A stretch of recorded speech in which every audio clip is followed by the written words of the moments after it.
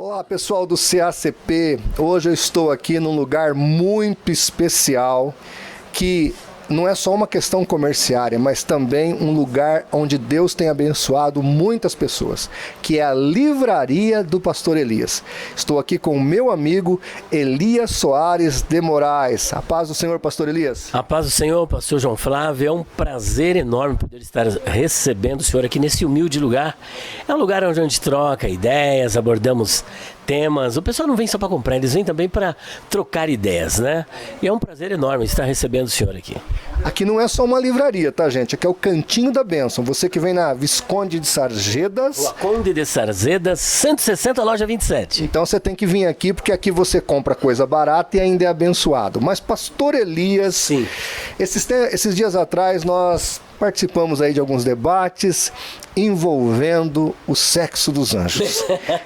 Eu até tirei férias por causa disso. Mas a verdade é uma só. Anjo tem sexo? Olha, do jeito que querem conceber, eu chamo essa visão de visão mitológica. Porque ela tem um viés mitológico, né? Então, se a gente vai para a literatura grega, ou melhor, para a mitologia grega, mitologia germânica, mitologia egípcia, mitologia romana, veremos nestas mitologias presentes esse tipo de comportamento, onde há seres híbridos, unindo aí seres angelicais que se humanizam e depois se reproduzem e acabam surgindo gigantes. A Bíblia não nos dá base para esse entendimento. É uma visão que nós temos que rejeitá-la.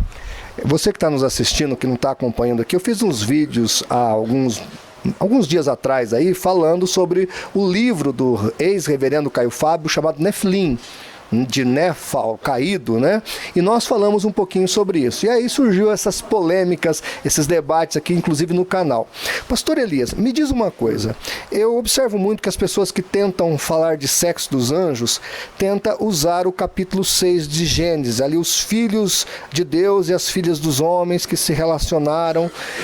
Por que aqueles filhos de Deus não são anjos? E se forem, quais as implicações que o senhor vê naquilo ali? Bom, esse ponto de vista é defendido por alguns teólogos, mas especialmente pelas seitas, né? Entre elas está as Testemunhas de Jeová, que juram de pé junto que ali realmente anjos desceram do céu para ter relacionamento com as mulheres. Primeiro, os seres Deus criou para reproduzirem segundo a sua espécie. A nossa espécie é humana. A deles é sobrenatural. São seres espirituais, incorpóreos, que não tem como eles manterem relações sexuais. Eles não foram criados com esse mesmo dispositivo. Então não há essa possibilidade. Por outro lado, nós não encontramos no livro de Gênesis contexto para defendermos esta posição mitológica que é esse relacionamento entre anjos e homens. E por quê? Capítulo 4, capítulo 5, capítulo 6, capítulo 7, capítulo 8, capítulo 9, capítulo 10, capítulo 11, capítulo 12, não há presença de anjos. Isso em Gênesis. Em Gênesis. Nós não temos presença de anjos ali. Um outro ponto que devemos também considerar, além deste ponto de vista, a punição de Deus é sempre contra o ser humano.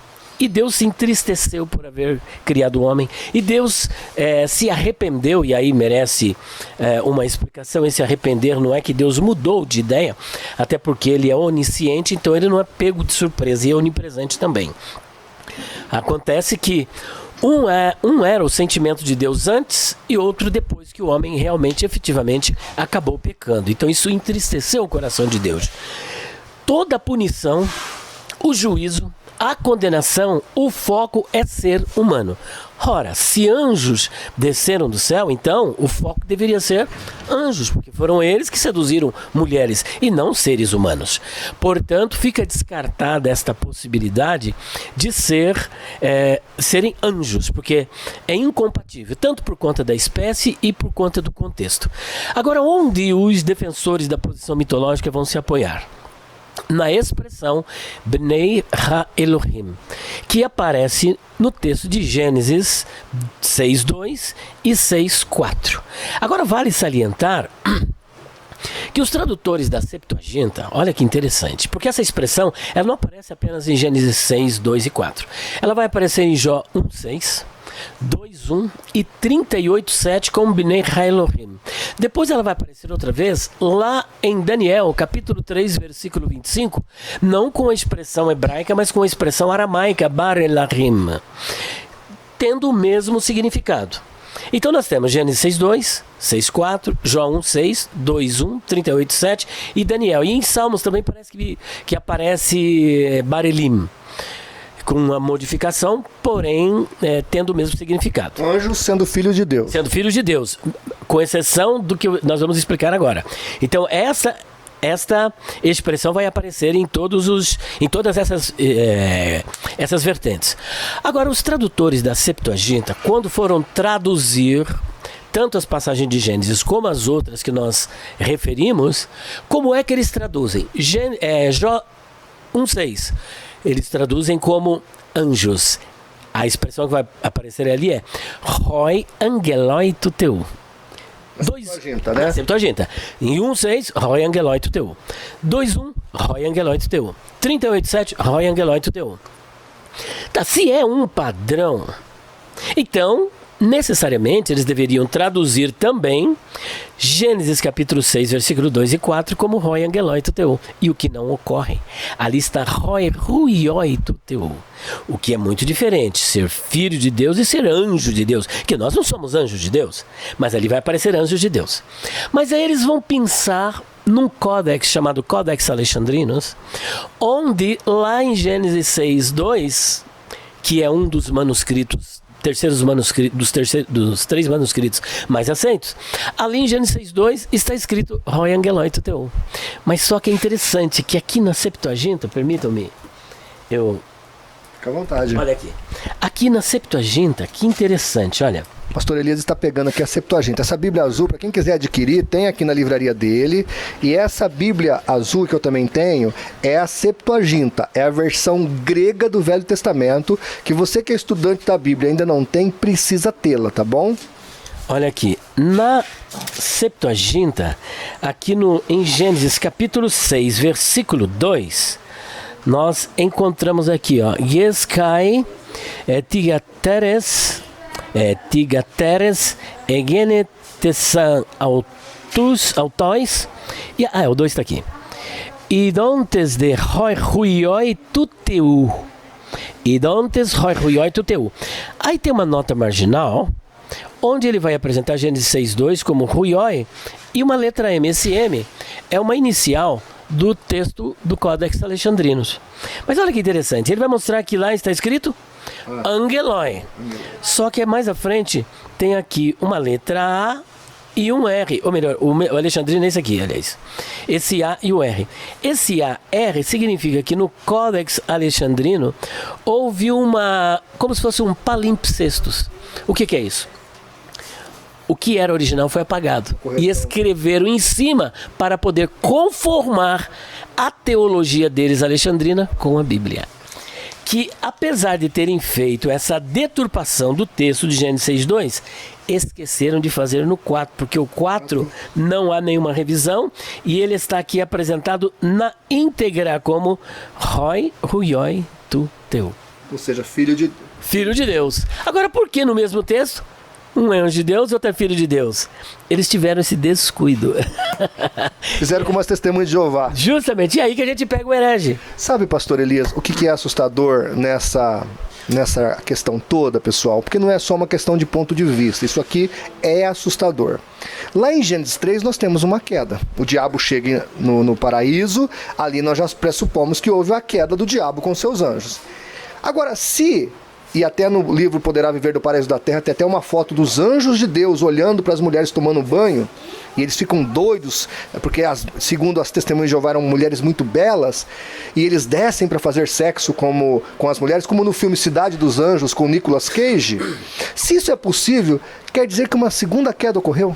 Eles automaticamente estão defendendo uma segunda queda, e aí eles já vão para o Novo Testamento. Mas só concluindo a parte do Antigo Testamento, vamos analisar o contexto. Quando você analisa a passagem de Gênesis 6:2, 4, é necessário que haja um ambiente para comportarmos um anjo ali.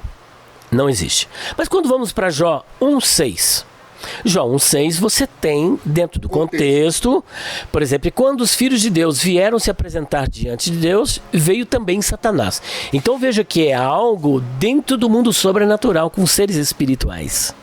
E que alguns dizem que se Adão não tivesse pecado, também estaria apresentando, porque os que estão ali eram representantes de países. Isso quem diz são os adventistas do sétimo dia, né? É que os filhos de Deus ali, todo aquele pessoal, são os representantes de outros planetas, aliás. Então perceba que todo esse imbróglio vai levar você para a seguinte conclusão. Ali tem ambiente para se colocar um anjo. Roi, Ruioi, em Jó. Apesar de estar escrito Roi, Ruioi, Tuteu, ainda que na Septuaginta vai estar, deixa eu até apresentar aqui, Roi, Angeloi, Tuteu.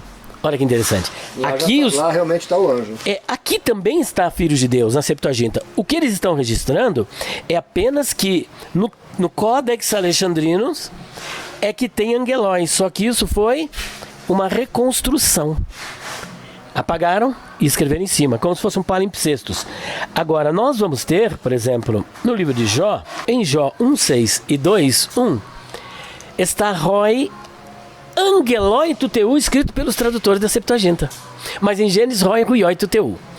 Agora, o que ocorre? Quando você vai examinar Jó 1,6, anjos. 2,1, mesma tradução em português e mesmo na Septuaginta. Eles vão traduzir como Roi Angeloi Tuteu, no lugar de colocar Roi Ruioi. Em Jó 38,7, Roi Angeloi Tuteu. Por quê? Você vai encontrar, quando ele está questionando no 38,7, por exemplo, ele questiona Jó, fala: Jó, onde você estava quando eu lançava os fundamentos da terra? Ora, se Deus está lançando os fundamentos da terra, antes de haver criado o homem, o que ele criou primeiro? A terra e os anjos estavam presentes. Isso. Depois vieram os seres humanos. Então não tem como colocar o homem antes da fundação da terra e antes da criação do homem. Como é que ele poderia existir antes de existir? E não é espiritismo, né? Pastor, mas olha, os caras que defendem essa tese, eu tenho uma pergunta do pastor Áureo para o senhor aqui também. Eles citam o livro de Enoque, porque lá fala sobre essa questão dos Nephilims. Mas aqueles anjos lá tinham quantos metros de altura? Então, na verdade, quando eles citam o livro de Enoque, eles apresentam 200 anjos que caíram. E o principal deles, que significa mais ou menos Satanás, chama-se Senjasa. Aí caíram e vieram para a terra. Ora, se são anjos caídos, como é que pode ser filho de Deus? Já começa o problema por aí. É um problema sério. Tá, então, filho de Deus é aquele que está na presença de Deus, né? Agora aí já é filho do diabo, né? Porque anjos caídos, né? Só que esses anjos vieram, cobiçaram as mulheres. Inclusive eu disse para o irmão, se é para você acreditar que esse livro de Enoque tinha que ter sido anexado à Bíblia, que ele é crível, ele deve ser acreditado, então você não deve apenas acreditar que anjos tiveram relações sexuais com mulheres. Você deve acreditar que eles reproduziram e desse relacionamento sexual com as mulheres nasceram os Nefilim, que vem do hebraico Nafal. Nafal significa os caídos. Nada tem a ver com gigantes, mas os caídos. Pode ser usado para falar sobre gigantes? Sim, mas uma palavra não pode ser isolada do seu contexto. É o contexto que vai definir. Nós temos um campo semântico muito grande nas escrituras, tanto no Antigo quanto no Novo, e você engessar o significado de uma palavra para todos os textos, isso não é exegese, é exegese. Agora, como é que pode um ser de... Vamos imaginar que fosse possível o cruzamento. Um ser de 1.000 metros de altura se relacionar com uma mulher de 2 metros de altura, vai? Pois é, 3.000 côvados. Estimando que um côvado teria aí 45 centímetros, nós estamos falando de um ser de 1.350 metros. Então, esses Nefilim, né, e que são seres híbridos, primeiro, não poderia terem morrido lá, eles deveriam ter desaparecido nas águas do dilúvio. De acordo com eles, ele aparece de novo. Exatamente. Como é que aconteceu isso? E se os anjos que pecaram com as mulheres, o que está escrito em 2 de Pedro 2,4? E aos anjos que não guardaram o seu principado, ele os prendeu no Tártaro, mandou para o inferno.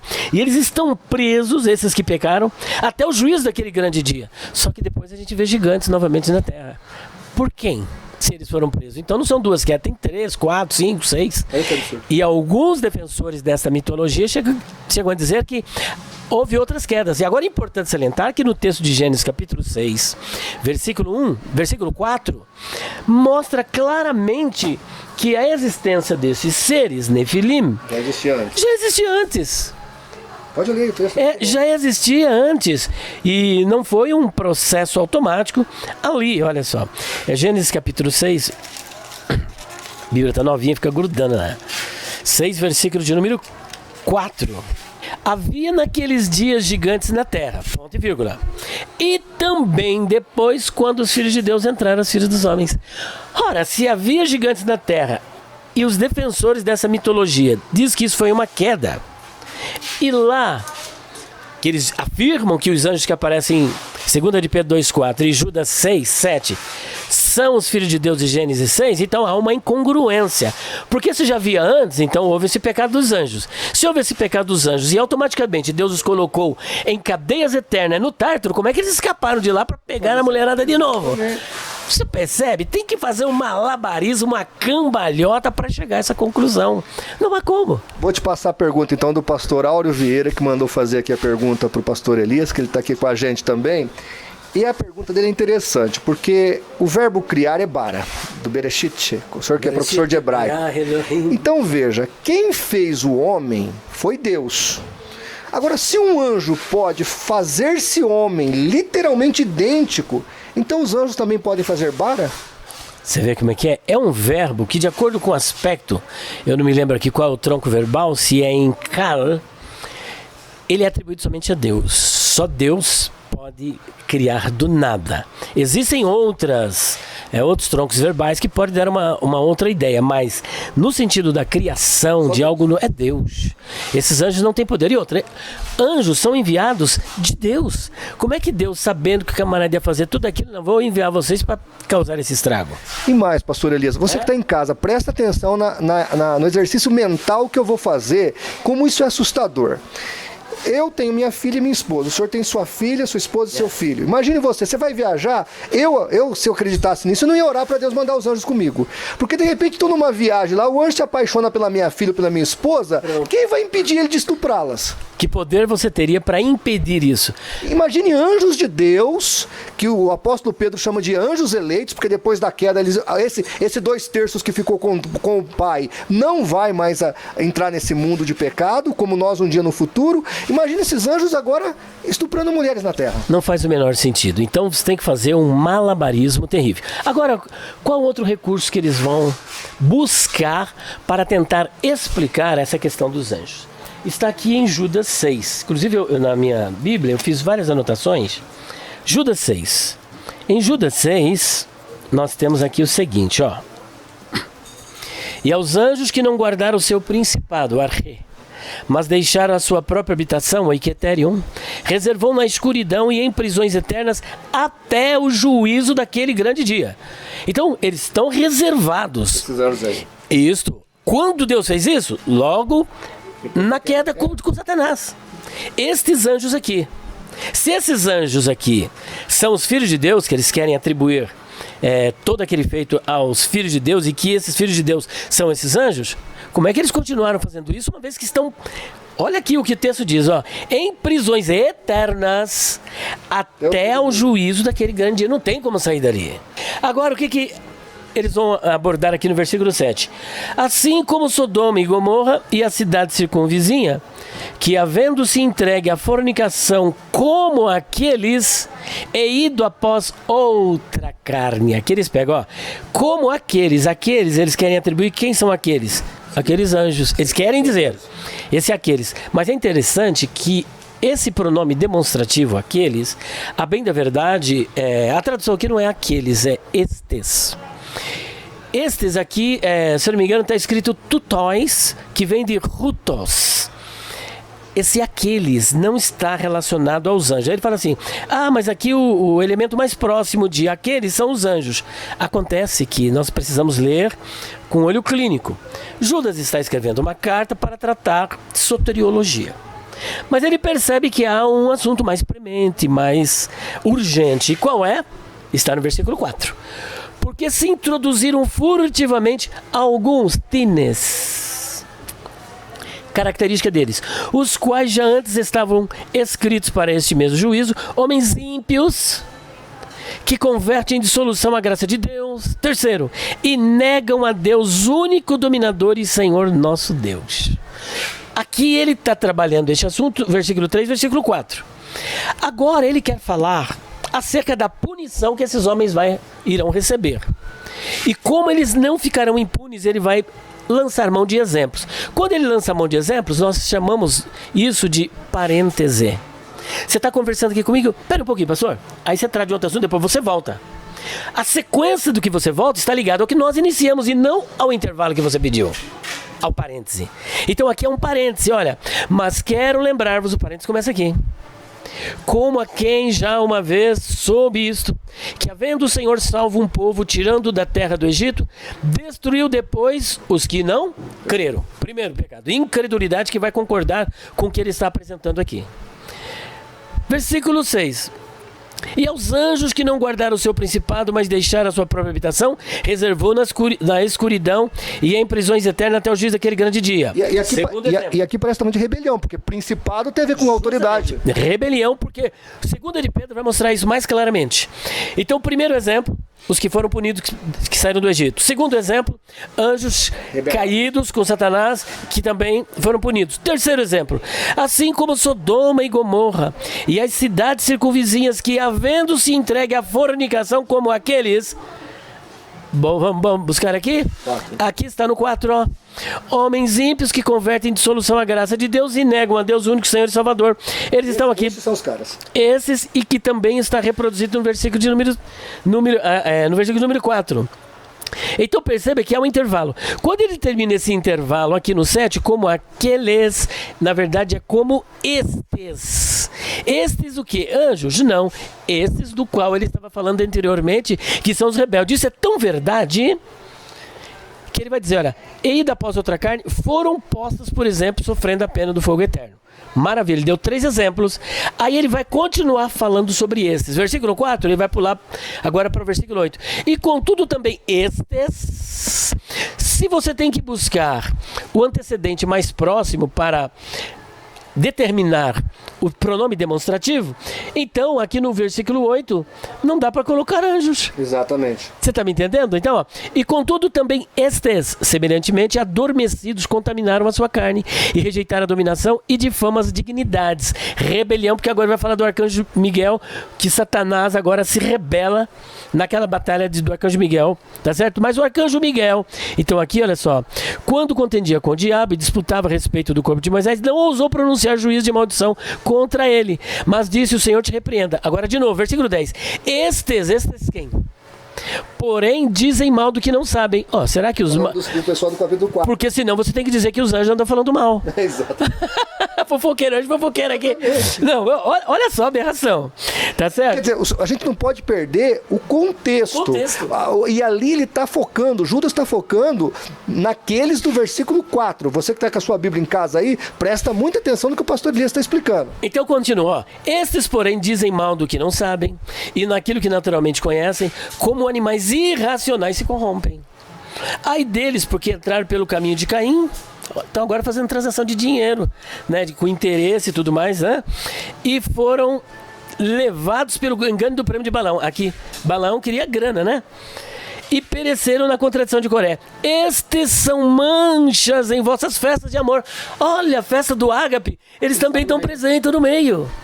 Percebeu a aberração? Quando a gente...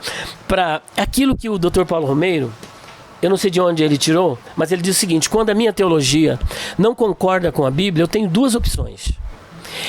Eu mudo a Bíblia para ela concordar com a minha teologia, ou mudo a minha teologia para concordar com a Bíblia. Os defensores da visão mitológica preferem mudar a Bíblia para concordar com a teologia deles e fazer esse tipo de adaptação. E aí continua: estes são manchas em vossas festas de amor. Olha só, banqueteando-se. Olha, hoje combinão, hein? Convosco, pelo amor de Deus, hein? Tava em forma humana, então, 100%. Anjo caído. Apacentando-se a si mesmo sem temor. São nuvens sem água, levados pelos ventos de uma parte para outra. São como árvores murchas, ondas impetuosas. Aí ele vai desqualificando. Agora, de novo, ó. E destes profetizou também Enoque, o 7º depois de Adão, dizendo: eis que havendo o Senhor com milhares de seus santos. aqui sim, santos, tanto anjos como a igreja, para fazer juízo contra todos e condenar dentre eles todos os ímpios. Do versículo 4. Tudo do versículo 4. Dentre eles todos os ímpios, por todas as suas obras de impiedade que impiamente cometeram e por todas as duras palavras que ímpios pecadores disseram contra ele. Estes são murmuradores, queixosos da sua sorte. De novo ele. De novo, andando segundo as suas concupiscências e cuja boca diz coisas muito arrogantes, admirando as pessoas por causa do interesse. Olha, anjos os admirando. Não pode ser anjo. Aqui termina este pronome demonstrativo, tutões de rutões, ele se repete, portanto, versículo 16, versículo 14, versículo 12, versículo 10 e está presente no versículo 8, está presente no versículo 7. Todos eles linkados ao versículo 4. Não há como nós isolarmos isso. Se fosse assim, Pedro nos brindaria com esta mesma verdade que eles querem que seja verdade, né? Verdade. Olha o que Pedro diz aqui, olha. 2 de Pedro 2, 4. Porque se Deus não poupou aos anjos que pecaram, mas havendo-os lançados no inferno, a palavra grega aqui é tártaro, os entregou às cadeias da escuridão, ficando reservados para o juízo. E não perdoou ao mundo antigo, mas guardou a Noé, a oitava pessoa, o pregador da justiça, ao trazer o dilúvio sobre o mundo dos ímpios. E condenou a destruição. Você percebe que ele repete novamente tudo que Judas está declarando. Mas nada de sexo de anjos. Nada de sexo de anjos. E livrou o justo Ló, enfadado da vida dissoluta dos homens abomináveis. Homens abomináveis. Porque este justo Ló, aí ele vai continuar, mas em momento algum aqui, olha. Enquanto os anjos, sendo maiores em força e poder, não pronunciam contra eles juízo blasfemo diante do Senhor, mas estes, novamente aqui, como animais irracionais que seguem a natureza, feitos para serem presos e mortos, está tratando os mesmos camaradas lá de Judas 4. Blasfemando do que não entendem, perecerão na sua corrupção, recebendo o galardão da injustiça, pois que tais homens têm prazer nos deleites cotidianos, manchas são eles e máculas, deleitando-se em seus enganos, quando se banqueteiam convosco. Olha, de novo, tendo os olhos cheios de adultério e não cessando de pecar, engodando as almas inconstantes, tendo o coração exercitado na avareza, eles mexem até com dinheiro. Tremendo isso, hein? Mesma coisa de Judas. Justo. Filhos de maldição, os quais, deixando o caminho direito, erraram, seguindo o caminho de Balaão, filho de Beor. Gente, enfim. Não tem jeito. Não tem como entender. Meu Deus. Pastor, só para terminar aqui o nosso vídeo, esse Judas aí provavelmente era o meio-irmão de sangue de Jesus. Com certeza. Através de Maria e José. Ele sabia o que o irmão dele ensinava em Mateus 22:30, que os anjos não se casam nem se dão em casamento.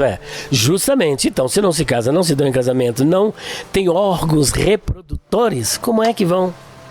Agora, para terminar a nossa entrevista, aqui na livraria do Pastor Elias, que você que está em casa precisa vir conhecer. Você que mora em São Paulo e não conhece essa livraria, esse cantinho abençoado aqui você precisa vir conhecer.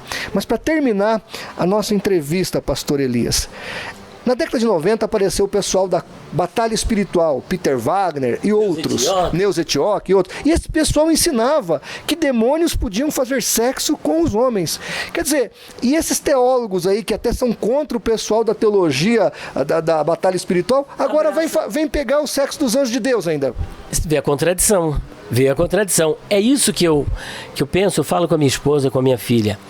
Não basta você ser teólogo. O viés apologista, às vezes você não tem tanta teologia, mas você tem um viés cuidadoso, porque às vezes a pessoa, no afã de arrebentar com uma visão sectária, ele baixa a guarda e abre um link para outra seita. Não, porque aí fica difícil depois dele combater. Fala, mas peraí, quando você combateu essa seita aqui, você usou esse argumento, quer dizer que agora não vale mais 2 pesos e 2 medidas? Porque eu vi livros de pais dessa teoria da batalha espiritual, eles usam alguns pais da igreja, eles usam alguns teóricos que pegam lá o livro de Enoque para dizer que os anjos fazem sexo com os homens. Agora, como é que pode um teólogo que se diz ortodoxo, que é contra a teologia da batalha espiritual, defender o sexo dos anjos? É incongruente, é inaceitável, é anacrônico, para não dizer contraditório e antibíblico. Muito bem, vamos terminar a entrevista, mas não podemos deixar de falar disso. O pastor Elias está com uma ideia aí de um livro muito importante. Inclusive, o pastor Elias é um defensor do pré-milenismo, pré-tribulacionismo,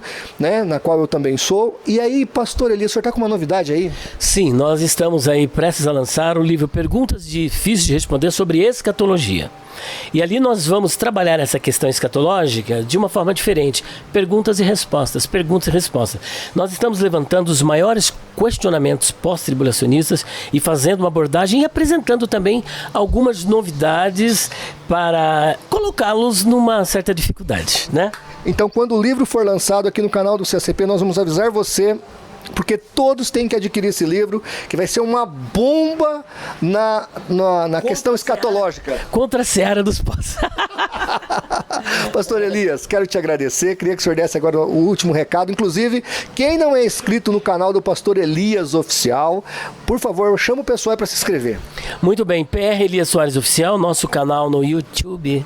Nós temos também a PR Elias Soares Oficial, também no Instagram. E quem quiser, nós temos uma livraria virtual, que é www.livrariadopastorelias.com.br. E tem as nossas literaturas, Perguntas Difíceis de Responder, volume 1, volume 2, volume 3, vai chegar agora o volume 4, nosso dicionário, que inclusive, olha, já brindamos aqui o pastor, ele merece, né? O dicionário de palavras, expressões, interpretação e curiosidades bíblicas. O nosso telefone é 0 operadora 11 94901 6633 e 0 operadora 11 94626 3000.